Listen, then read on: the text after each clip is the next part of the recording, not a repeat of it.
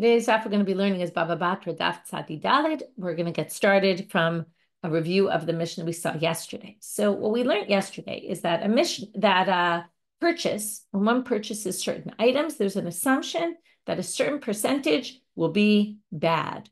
Okay, so the main topic we're discussing today is the first case, which is Rova Tinofet L'Se'ah. If you buy grain, wheat or something, we assume that there's going to be a 1/24th of psolet, called a reva kav, a quarter of a kav, which we said a kav is a sixth of a se'ah, so a quarter kav of a sixth of the whole measurement is 1/24th.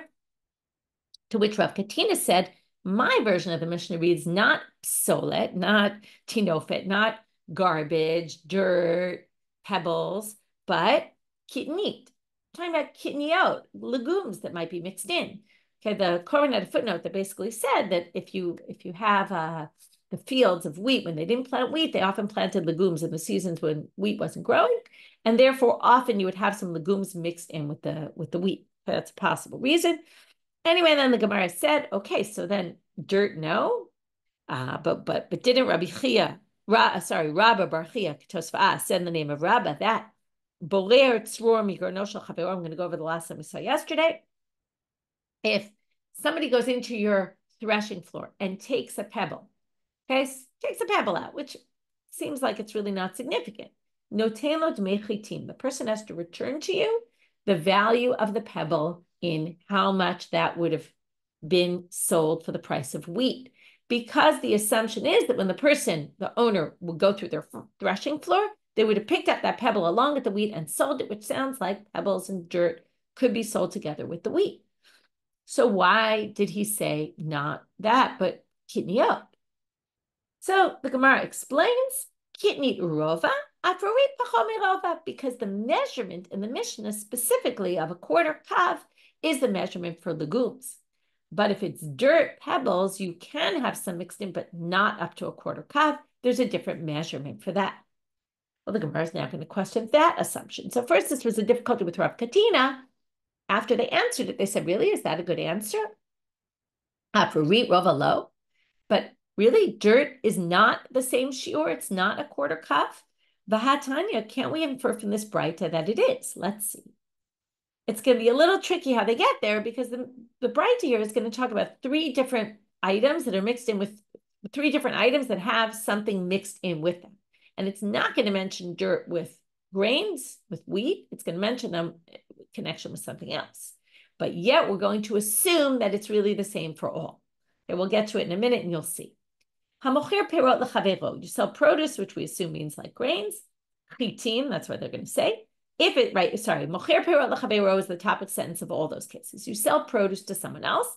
If it's chitim, if it's wheat, mikabel alav rova kitni l'se'ah. Now this actually sounds a lot like what Rav Katina did say, but still we're going to bring this as a question because it says here with wheat, we're going to assume up to a quarter kav of some other legume is okay.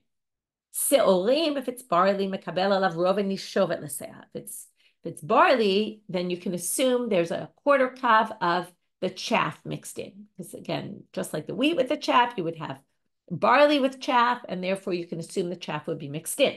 This is where you're going to see that even though it mentions the chaff with the barley and the legumes with the wheat, it seems like, the wheat could also have chaff mixed in.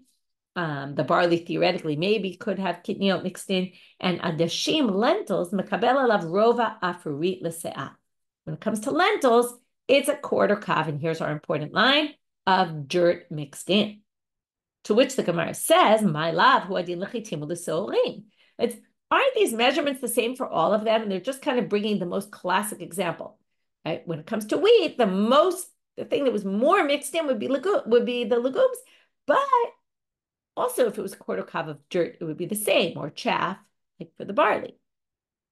So this would seem to imply that a quarter kav of dirt mixed in would be an issue.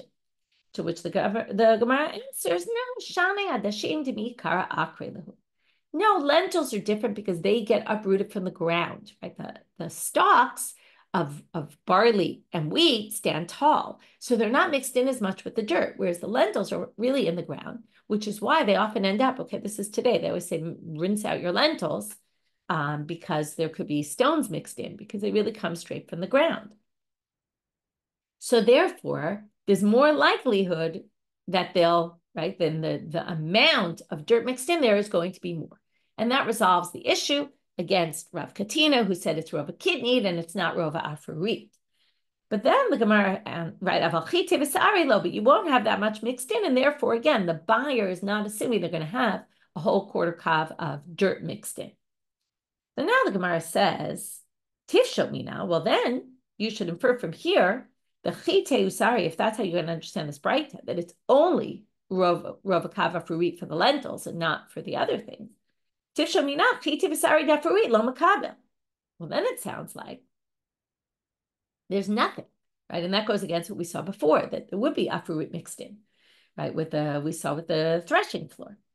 So the answer, no, la'olam chite v'sari mekabel afurit. Really, it must be, it's the same really for all of them.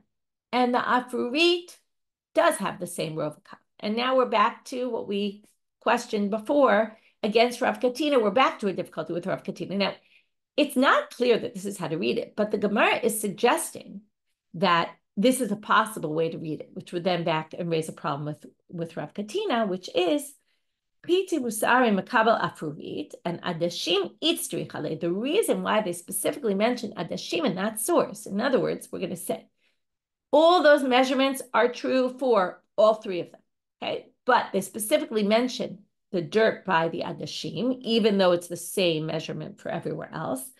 They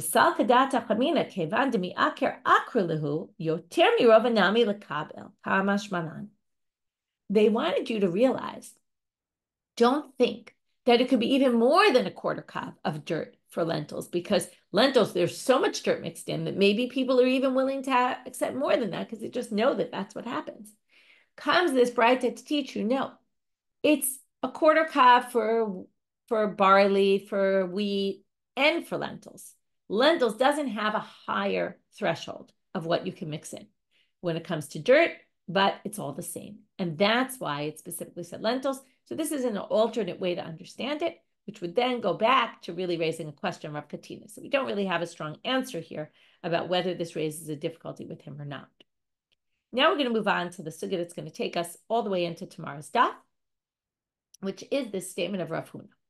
What we learned in the Mishnah is that up to a quarter kav, if I buy something and a quarter kav of dirt, now we said, or kitniot or something is mixed in, I can't go and say, sort it and I want grains of wheat instead.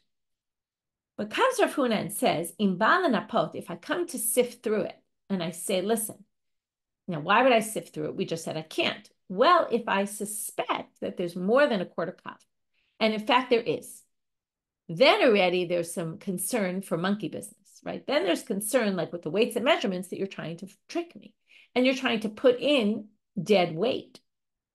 Well, in balanapot, if I already go and start sifting because there's concern that maybe you added or there's too much in there, whether there's a debate here, whether it's, it's because I assume there was intentional or just, there was just too much mixed in. Minapet kulo. Once I start, I can sift through the whole thing and make you take everything out. It's a very interesting point, and it's something we're going to really be discussing the whole of today, which is concept of Rav Huna. Rav Huna basically says, until a quarter kav, we assume I give up on it, right? I say, okay, I don't care. Once we go over, though, it's like saying you go over, you bust, right? Once you go over that amount, I get to take it all out, and then I have clean, full, all grains of wheat, no dirt, no nothing mixed in. So Amre Ladina va'Amre Laknasa. There were two different approaches to understanding why Rav Huna said this. Some people said it's by law, and some people said it's a penalty. Let's understand. The Gemara is going to explain. Amre Ladina, those people who say it's the law, Mandi Yav Zuze, a perish Shapira Yav. When I go to buy grains, I'm really trying to buy grains. I don't want to buy dirt or legumes. I'm going to buy wheat. Birova lo tarich inish. But what's the issue? Up to a quarter kav, I'm just not going to bother to start sifting, right? Every time I go by, it's just not worth it to me to start sifting or insisting that you sift it and go through. It's not worth my time and effort. So I let it go. But yoter mirova tarech inish. But if it's more than a quarter kav, then it's already a big loss, and it is worth my while to go sifting. Well, now go back to the first line here. Since really I wanted good wheat, I just wasn't willing to make the effort. Once I'm already making the effort to sift it, once I'm already investing the effort in it, well, then I invest the effort in the whole thing. And that's why by law, really I wanted it. I just wasn't willing to go through the effort. Once I'm going through the effort anyway, because it's worth it, because it's more, well, then I can get rid of all of it. It's not, right? The difference in effort between sifting part and sifting the whole thing is not very much. The difference in effort between sifting or not sifting is already a big effort. So if I wasn't going to bother sifting, then I don't sift. Right? Then we assume, right, if it's not worth it because it wasn't that much, then I won't bother. But once I'm bothering, I really want it anyway, just grains. Now, why would we say it's a knas, a penalty? Rova shachiach yoter lo shachiach. So the assumption here is that the typical amount that would be mixed in is a quarter cup. Any more than that, it's not so typical. If it's not typical, then how did it happen? Well, it's very likely then, it's not clear, but it's likely that that there was monkey business here going on. Someone was doing something wrong, and the seller intentionally added this in. Okay, now maybe they didn't add all of it, but they did add more, in which case we're going to penalize. So then the rabbis penalized and said, well, now we're going to get rid of all of it. You're going to have to provide 100% grains. Now we're going to have a siman. I'll read this and go through because it's kind of funny. This is like people create all sorts of mnemonics. So sometimes it's just random words, but sometimes they string together to form a sentence. So here they strung it together to form a sentence. Kol tresh dari de Rabin bar Rav Nachman ona'av kablanuta. All two documents of, or like every two documents of Rabin bar Rav Nachman are ona'az, exploitation, and kablanuta, and that's a form of sharecropping, right? Or get the word to use to describe it. But anyway, it's a way of remembering these 6 sugyot. The first one's going to be kol, all. The next one's going to be 2. The next one's going to be documents. Rabin bar Rav Nachman has a braita. That's going to be the 4th. The 5th is about ona'ah. The 6th is about kablanuta. What we're going to do is we're going to bring 6 sugyot now that all are going to either support Rav Huna. He was the one who made the statement in Bala Napot Menapet Kulo, right? If you're going to come to sort, you can sort. Once you're already sorting, you can sort the whole thing. And either, again, a penalty or it's the law. And either it's going to support or it's going to raise a difficulty with that statement. So let's start with the difficulties made today. So the first source is a Mishnah in Kilayim. Kilayim is mixed crops. You can't mix different types of seeds together and plant them together. So kol se'ah, what's considered mixed? Well, kol se'ah sheyesh ba rova mimin achel yema'et. If you have a se'ah and it has a quarter kav of a different type, it's exactly the same measurement we have here. Well, almost exactly, because by us, we said a quarter kav is fine. Here it says if you have a quarter kav, okay, by us, it was above a quarter kav. Here, it's a quarter kav. If there's a quarter kav of something else mixed in the seeds, before you plant them, you have to yima'et. You have to lower it till it gets to under a quarter kav. So you have to take out whatever's above a quarter kav, but after you take out and it's no longer a quarter kav, you stop there. You can already see the difference between this and Rav Huna. Rav Huna says once you're taking out, once you're separating, you get rid of everything. This says once you're separating, you have to just get below that number and you're okay. Savrua, in order to raise this as a contradiction to Rav Huna, they thought to make an analogy here. Again, as I mentioned, the numbers are a little different. It's the same quarter kav, but quarter kav by Kalayim is problematic. Quarter kav by us is fine. Above a quarter kav is a problem. So if you go above a quarter, then you have to get rid of everything, according to Rav Huna. In that case, if you're at a quarter, you just deduct a little bit, so you're under a quarter.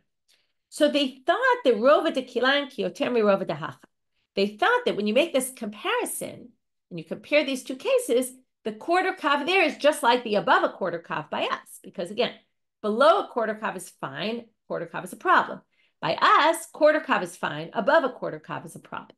And then if we say that the quarter kav there is like above a quarter kav by us, then we can compare. And then we can see that it goes against Rav Huna because Katana Yima 8, it says just deduct a little bit.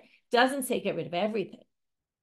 To which the Gemara says low. But it wasn't right what they thought because it's actually the same. Rova kav there is like Rova kav by us, which actually means it's fine. Just like Rova kav by us is fine, we assume the buyer says, I don't care, up to Rova, including a Rova kav.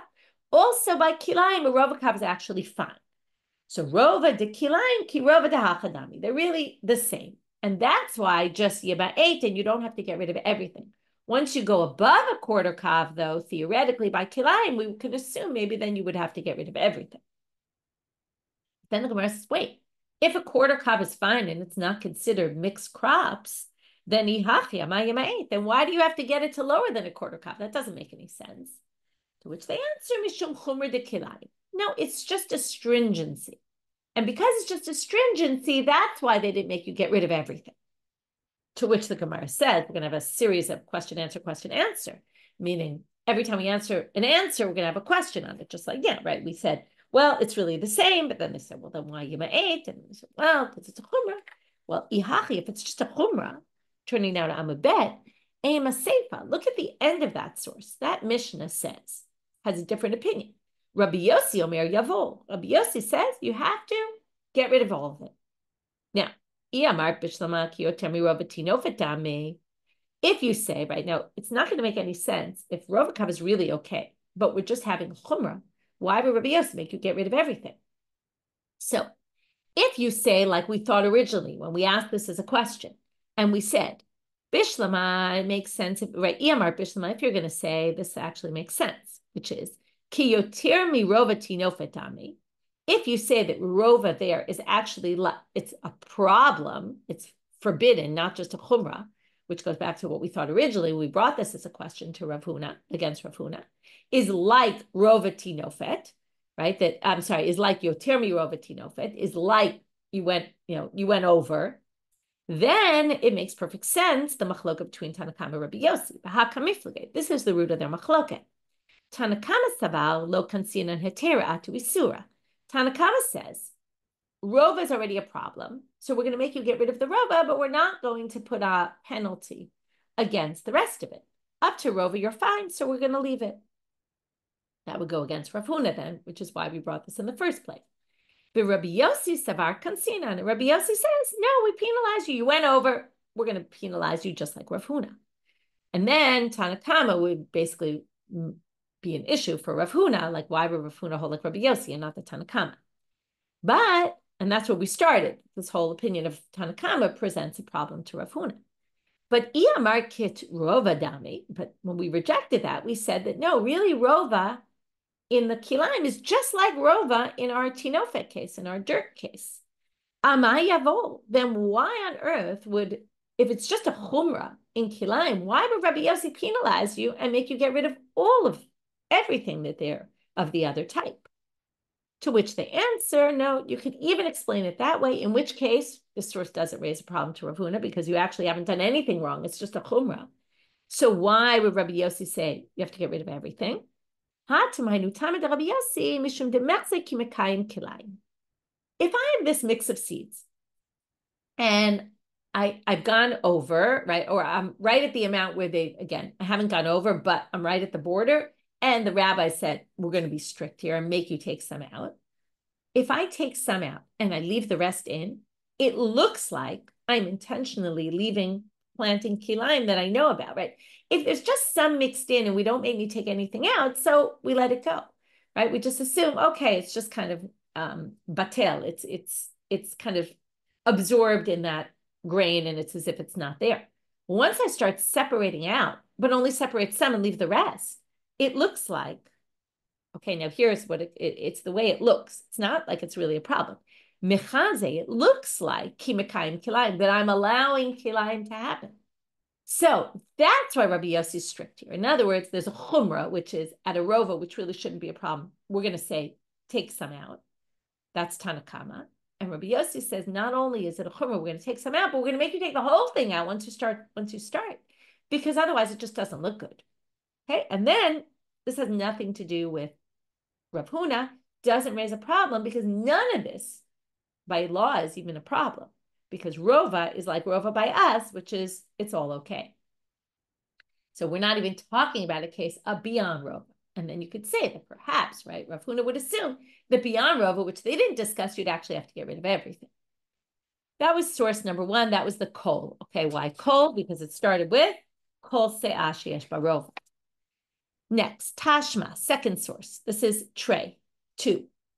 Shnaim shefkidu ze etz alachad. Ze maneh v'ze matayim. You might remember, it's a famous case from Bava Metzia. 2 people, it's a Mishnah in Bava Metzia, 2 people give money to somebody to watch for them, and the person didn't record well who gave what. One gave ze maneh v'ze matayim. One gave 100, and one gave 200 zuzim, or dinarim, right, I'm sorry.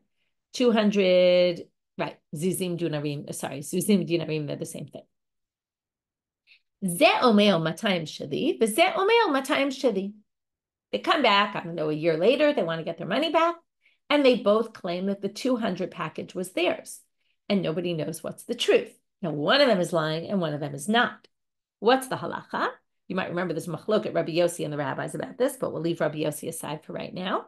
You'll see Rabbi Yossi is consistent with his opinion from before. This Tanakama says each one gets 100 because they each definitely gave 100. And the 100 that's in question, we leave until we figure out right, they say ad shevo eliyahu till eliyahu comes. What that really means is until we figure out definitively that one of them is the real owner of that money. So now what do you see here? There's no penalty. Right? We don't penalize the person who lied here. Not like Rav Huna says. So again, this source is brought to contradict Rav Huna. So Rav Huna says, right, if you're already mixing things in, we're going to make you take all of it out because we already suspect that you're up to something not right. But here, clearly someone's up to something not right, and we're not penalizing them. To which the Gemara says, Hachi hashta, what? You're comparing this to that? They're not, it's not a fair comparison. Hatam vaday maneh lemar umaneh lemar. In the case of the money, they each definitely gave 100 dinarim, for sure. So that's why they each get back 100 dinarim, okay? And just the money in question is left in the air. But hacha, in our case, miyemar delav kule aruve ariv. We have no idea how the extra stuff got mixed into these grains. Perhaps it's possible that they cheated about all of it. It could be there was nothing mixed in, and this person, once they already, we suspect them of dumping some of it in, it could be they dumped all of it in. And that's why Rav Huna says you have to take it all out. But in the case where they each legitimately, fair and square, gave 100, they get back their 100 that they gave fair and square. So now the Gemara says, well, if you're going to try it, right, we tried to contradict Rav Huna from this source. It didn't work. But now let's take the end of that Mishnah. Tashma Miseifa, and I mentioned Rabbi Yossi, and let's try to prove Rav Huna from Rabbi Yossi's position. Amar Rabbi Yossi im kema avsida ramai. If you allow everyone to get their 100 back and just leave the extra 100 in question, well, the one who lied, they have no incentive not to lie because maybe they'll get something out of it. And if not, well, they don't lose anything, right? That's my avsida ramai. The one who lied, well, what does he lose from this? He gets his 100 back. So what does he care? He'll lie and say 200 because in any case, he's going to get his 100 back. Rabbi Yossi says we're going to actually penalize them both as a way to incentivize people to tell the truth. Because if there's no incentive, right, if you can lie and get everything anyway that you actually gave, you get your 100 back, then what's going to stop you from lying? But if you're going to get nothing back, then you might not lie. So therefore, he says, we penalize you and you get nothing back. In fact, both sides get nothing back. But again, it's to motivate someone, it's to disincentivize someone from doing this. So what do you see here? Someone who tricks gets punished and everything gets taken away. So that would be just like Rav Huna. If you're going to put more in, we're going to suspect you that you lied about the whole thing and you did it intentionally, mixed it all in, right? It's not exactly lying. It's just you tricked by adding all this garbage in. and therefore we're going to penalize you and make you take it all out. So that would be proof for Rav Huna, to which the Gemara says, no, again, it's not a fair comparison. Here they come at from a different angle. Hachi hashta, what? You're comparing these two cases? It's not the same at all. Hatam vadai karamad. There for sure the person is tricking in a 100, 200 case, because definitely one is lying. It's 100% that one is lying. But here, even though in the first reading of this source and the Tanna Kama, we took the position that it's worse here because the person could have, right, the whole thing could have been tricking. Now they suggest, well, again, we don't really know if the person did it intentionally or not. It could be, it just happened to be, there was a lot of garbage mixed in, they didn't pay attention, they didn't realize, and they sold it that way. So it could be there's no foul play going on here. And therefore, perhaps even Rabbi Yossi, who penalizes in the case of the money, where definitely someone's lying, wouldn't necessarily penalize here, and therefore you don't have proof from Rabbi Yossi for Rav Huna's position. That was source number 2. Now we'll get into the shtar. Tashma. Shtar sheyesh bo ribit. If somebody, I lend you money on interest, and we have a document. Konsimo to ve'eno gove lo et hakeren ve'lo et haribit. Now I can't charge you interest. Now, this is Divrei Rabbi Meir. Rabbi Meir comes and says, if I charge you money on interest and wrote a document out about it and loaned you money and said you have to pay me interest, not only can I not collect the interest, I also can't collect the loan. Whatever I lent you, I can't collect. So what do you see here? I did something wrong and I'm penalized for the entire amount. Sounds just like Rav Huna. To which the Gemara again says, Hachi hashta, what? You're comparing two different things. And you can't learn one from the other. Hatam mishat ktiva hu da'avid suma. Suma is from the language of to put upon. It says in the Torah, lo tasim alav neshek. Don't put interest on someone. Now, what does it mean to put interest on someone? To write a document. Even before I lend you the money, as soon as I write a document that I'm loaning you money on interest, I've already done something wrong. Right? I've done a transgression right then and there. And that's why I can't collect any of this, because the whole document was done incorrect, right? As a transgression. But hacha, in the case of again, this is like the way we ended the previous sugya, it's not clear that I did anything with intentionality and as a transgression. Could be it just got accidentally mixed in and I didn't realize how much was mixed in. So we're going to do the same thing we did last time, which is Tashma Miseifa. Well, then maybe we can prove against Rav Huna from the end of that source. Chachamim omrim, the rabbis disagree with Rabbi Meir and say, Goveh hakeren ve'eno goveh haribit. If I loan you money on interest, even with a document, I can collect the money I loaned you. I just can't collect the interest. Now, this seems to go with the approach that we don't penalize me for what I did. So likewise, in Rav Huna's case, right, Rav Huna would be wrong. We don't penalize. Just because I went over doesn't mean that I get penalized for the original, which you would have given into anyway. So the Gemara says again, no, can't prove it from your hachi hashta. What, you're going to compare those? Hatam vadai karna deheterahu. There, for sure, the money, the first, I lent you $100 with interest of 20. Okay, the 100 is fair and square. It's a loan. I gave you 100. I should get 100 back. I gave you 100. What? I'm going to be penalized, not get my 100 back. I gave it to you. But in our case, and this goes back to the first reading in the previous section, with the Shnaim Shiv Kidu, Tanna Kama, who's to say maybe the whole thing was not done fairly. Maybe nothing was mixed in and I specifically added it to the pile. That would be foul play. So it could be this foul play involved in the entire amount. And that's why this could be used, right? This can't be used against Rav Huna because it could be, we would penalize you even if we wouldn't penalize you in the rebate, in the interest case, we still might penalize you in the sale case. Fourth source and final one for today, although there's 6 altogether and we're not going to get the resolution of this one today, but we will start it. Ditane Ravin bar Rav Nachman. Ravin bar Rav Nachman, if you remember, he was in the Siman. He brings the following bright. He's an Amora, but Amora is quoted bright all the time from the previous time period, from the Tukfat Tanaim, the time period of where the Tanaim lived. So he quotes this Braita, and we're missing the beginning part. The Rashbam fills it in if you want to read it inside. but I'll summarize it for you. We're going to see this later in the chapter. Sorry, later in the Masechet. If I sell you a certain amount of, 1 second, where is it? Yeah, it's on Daf Kuf Gimel. If I sell you a certain amount, a field of a certain size, I tell you I'm selling you a beit core. A beit core has 30 se'ah. So we say here, I sell you a beit core, and I say, according to the measurement, they would measure with a rope, according to the measurement of a rope. But I said more or less. Okay, the words in the Gemara, we're going to see them later. Hein chaser ve'hein yeter. More or less, okay? Small margin of error, because it's impossible to measure exactly. But basically, I'm selling you a field, a particular size. And I want to be pretty clear about that particular size, just noting that there might be a bit of a margin of error. How much margin of error is allowed? Up to a quarter kav per se'ah.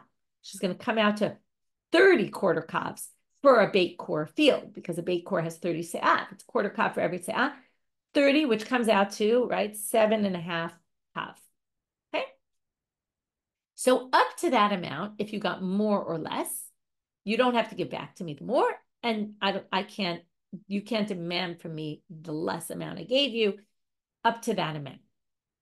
But if I went over that amount, and here's going to be the exact same thing as by us, once you go over that amount, here's the Braita,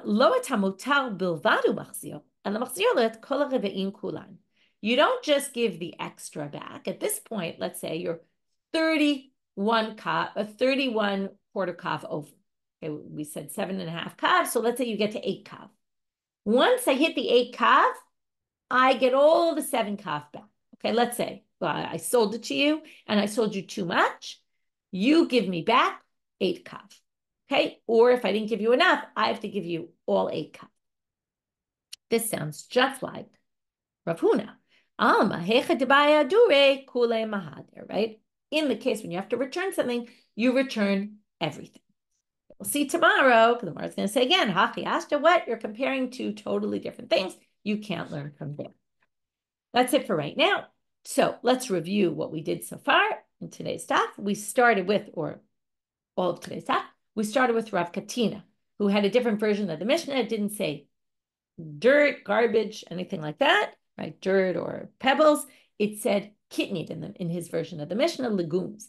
And then we had a back and forth about what would the halacha be about dirt, though. It sounds like dirt not. Is there a different amount for dirt, or is dirt actually the same? And we tried to learn it from this other Braita. And in the end, it wasn't so clear. Then we went to Rav Huna, and that basically took us till the end of the daf and into the next daf, which is once you go over, though, we actually get rid of all of the stuff that doesn't belong, all the stuff that's bad. And that's because there's, again, either it's the law, people don't bother, and once they bother, well, then they're already bothering, they'll get rid of the whole thing, because really, ultimately, people wanted to get all good. It's just they're willing to, give up on a little bit because it's just a pain to start sorting.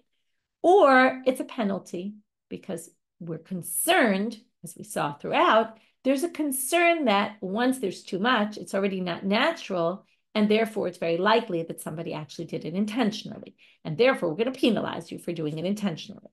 Then we brought 4 out of 6 of the sources we're going to get to try to say either against Rav Huna, when we go over, we only deduct a little to get back to that number, but you don't deduct anymore, or we actually deduct the entire amount. Different sources showing different things, or different opinions and different sources showing different sides. In the end, each source we brought, we basically said this case could be distinguished from our case, and you can't necessarily learn from there what the halacha would be in our situation, meaning we don't have a support or we don't have a difficulty against Rav Huna. With that, we'll finish for today. Wishing everyone a Shabbat Shalom.